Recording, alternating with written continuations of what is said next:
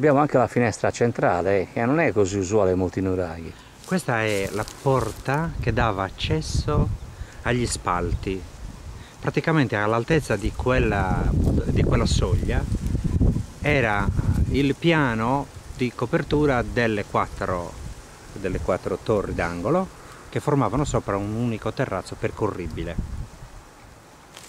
e corrisponde al pavimento della prima stanza, della prima camera. Vi ricordo tutti che siamo in territorio di Macomer, Regno del Fuoco, Macomel, Macopsissa.